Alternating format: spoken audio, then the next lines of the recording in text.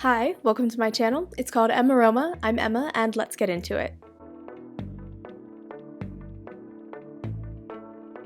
If you couldn't tell, I'm Chinese American. I'm from Jiangzhou, but I've lived in the States basically all my life. I want to use my passion for fragrance to explore my culture because I've been wanting to connect with it more in my adult life. I'm going to go through a brief history of fragrance in China, as well as its connections to spirituality, and also talk about some of the more modern influences. I want to warn you that there's not a lot of accessible information about traditional Chinese perfumery, so a lot of the information that I've gotten is from blogs. If I've said something wrong, please feel free to correct me in the comments as long as you're polite about it. I think when you hear history of perfume or perfume cultures and traditions, you think of Europe, especially France. But fragrance is actually connected to a lot of cultures across the world. Alright, so let's start with a mini history lesson. According to Chinese legend, it started with the Emperor Shen Hong, who is kind of named the father of agriculture and medicine. Apparently he discovered tea. The story is that all of his work has been compiled into this directory of sorts that has all of these herbs, their aromas, and their healing properties. There's said to be hundreds. During the Han Dynasty, burning incense was a practice among elites. You have to understand that fragrance in ancient China was very different from that of European countries. They weren't necessarily putting distilled oil into alcohol to make a mist. Incense was actually their primary form of fragrance. During the Tang Dynasty, the popularity of incense grew, but it was still mostly used among elites. It wasn't until the Song Dynasty that the popularity of incense grew even further. It sort of evolved into this art form that was used by a lot of musicians and writers and other artists. It was actually during the Song Dynasty that the incense clock was invented. The size of these incense sticks was precisely measured so that the rate of combustion, aka burning, matched up perfectly with the time interval that they desired. So imagine an incense that burns completely within 1 exact hour. The bells or the gong of the clock could act as a striker to allow the next incense to start burning at the top of the hour,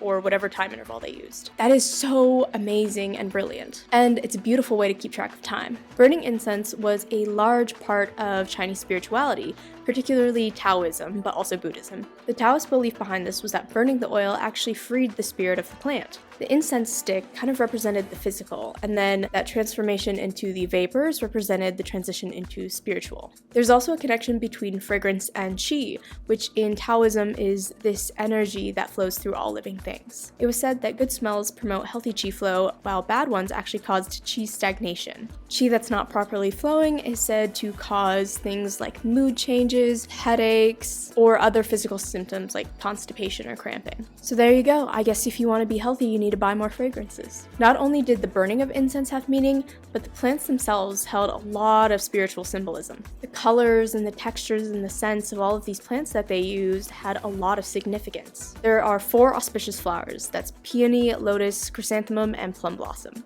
And osmanthus is said to have the smell of pure happiness, which honestly I get because it smells amazing. During the Lunar New Year, tangerines and mandarins are often used as decorations and gifts because they're said to bring good luck and prosperity. Flowers which bloom during the New Year are also said to bring good fortune. So even though China didn't have what we think of as traditional perfume mists, fragrance was deeply integrated into their culture. There are a couple of other forms of fragrance that they used in addition to burning incense. Women would take distilled flower oil, which they called nectar, and apply it to their skin. People would also keep flower petals, leaves, woods, etc. in their bags to scent them. These traditions, while beautiful, were not to last. China saw a huge cultural revolution during the 20th century due to the rise of influence in the Chinese Communist Party. So you've likely heard of Mao Zedong, or Chairman Mao. He led the Chinese Communist Party starting around 1934 to 1935. After the Chinese Communist Party won the Chinese Civil War, the People's Republic of China was formed, and Chairman Mao was recognized as their official leader. This was in 1949. Fragrance was made illegal. Anyone who was found breaking this law was subject to significant consequences. Fragrance and cosmetic products in general